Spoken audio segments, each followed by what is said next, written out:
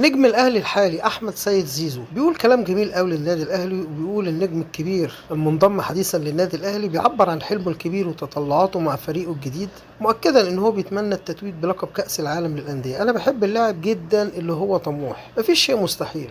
زيزو بيقول في تصريحاته عن كأس العالم للأندية: اتمنى البطولة تكون لينا ومفيش حاجة مستحيلة، لكن مش شايف ان في فريق واضح هو الاقرب للفوز.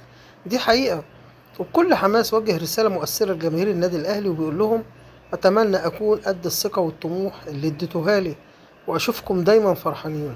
كمان مش قادر يخفي مشاعره الجميلة تجاه النادي الأهلي وجماهيره، وبيقول إن قميص النادي الأهلي بكل فخر هو يتمنى أي إنسان يلبس الفانلة الحمراء، وده شرف كبير ليه. زيزو بيبدأ رحلته مع الأهلي بحلم كبير، وقلوب الجماهير بتترقب منه الكتير. بالتوفيق للاعب ان شاء الله. تعالوا نشوف نجم فريق انتر ميامي بيقول ايه. من الواضح كده ان حاجه من الاتنين: يا اما انتر ميامي بيطمع لعيبه الاهلي ان هو فعلا خايف، يا اما فعلا هم قلقانين من المباراه وعارفين حجم النادي الاهلي. لكن من الواضح ان في اكتر من لاعب طالع وبيتكلم عن امكانيات وقوه النادي الاهلي. ده ماشي، بس انتوا كده زياده عن اللزوم قوي، الكلام ده مبالغ فيه. يبقى كده في حاجه مش طبيعيه في الموضوع، واعتقد ان هم كده بيحاولوا يدوا الاهلي الثقة الكبيرة عشان الاهلي ياخد الثقة ويبدأ يفاجئوه بأداء تاني مختلف خالص. اللي قال الكلام ده مين بقى؟ أكد جوردي ألبا نجم انتر ميامي ان مواجهة الاهلي في مونديال الأندية ستكون صعبة، مشيدا بقوة وخبرة الفريق المصري في البطولة. وأوضح في حواره مع موقع فيفا إنه رغم بلوغه 36 سنة لا يزال يحتفظ بحماسه وشغفه الكبير باللعبة. والله دي حاجة كويسة، وإن فريقه سيسعى لإثبات شخصيته والاستمتاع بهذه التجربة الفريدة. لا، الأهلي يا أخويا مش هيديك الفرصة دي. وأشار ألبا إلى أهمية دعم الجماهير خلال المباراة التي ستقام على أرضهم، معتبرا إياها عاملا مهما في مواجهة منافس بحجم الأهلي. أكيد طبعا الأهلي ما بيفرقش مع الكلام ده.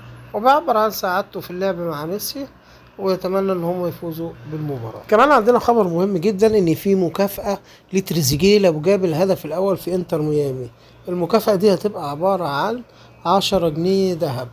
اعتقد ان برضو حاجة مغرية للاعب ان هو يتحرك ويبدأ يشوف هيعمل ايه. خبر صار لجماهير النادي الاهلي: النجم الهداف الحريف الموهوب يا جماعة، قول زي ما تقول، بايده ماشي، برجله ماشي، بهده ماشي، بيجيب اجوان بكل حاجة، وهو الموهبة الكروية اللي بقالنا فترة كبيرة ما شفناش نجم زيه، وهو وسام ابو علي. هيلحق بمباراة الاحد ان شاء الله باذن الله اللي هتتلعب بين الاهلي وانتر ميامي. وسام ابو علي انضم النهارده بعد ما رجع من المعسكر مع فريق بلاده. بالتوفيق للاعب ان شاء الله وللنادي الاهلي.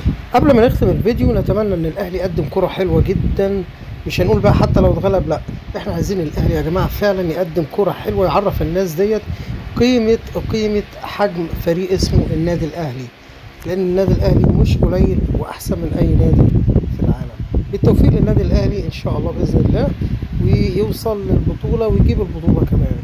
شكرا لكم والسلام عليكم ورحمة الله وبركاته.